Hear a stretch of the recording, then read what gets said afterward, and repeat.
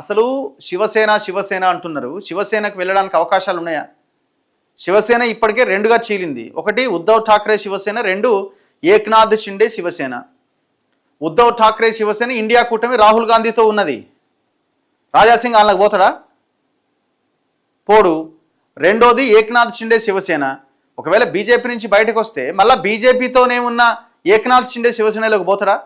మహారాష్ట్రలో ఏక్నాథ్ షిండే శివసేన బీజేపీతో కలిసి ప్రభుత్వంలో ఉన్నది. డిప్యూటీ సీఎం అక్కడ ఆయన. ఎట్టి పరిస్థితుల్లో అందులోకి పోయే అవకాశాలే కనబడట్లేవు. నేను అనుకోవడం ఏదో ఒకటి అవుతుంది, మళ్ళీ ఆయన ఏదో కాంప్రమైజ్ అవుతారు.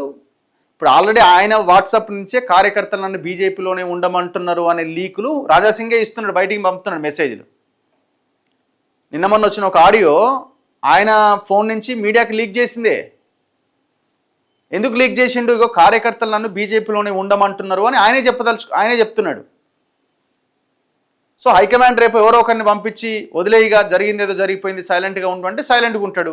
ఆయన యొక్క మాట తీరు దాన్ని బట్టి చూస్తే హైకమాండ్కి అయితే లెటర్ పోయింది, హైకమాండ్ ఏం చేస్తుందో చూద్దాం అనే అభిప్రాయాన్ని ఆ వ్యక్తితో చెప్తున్నాడు.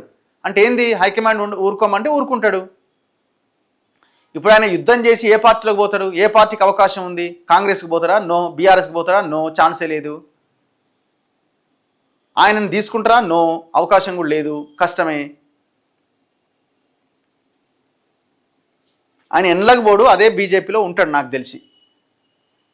ఎన్లకు పోడు, ఆయన అదే బీజేపీలో ఉంటాడు, అదే బీజేపీలో కొనసాగుతాడు. అంతకు మించి 1% కూడా ఏం జరగదనేది నేను అనుకుంటున్నాను.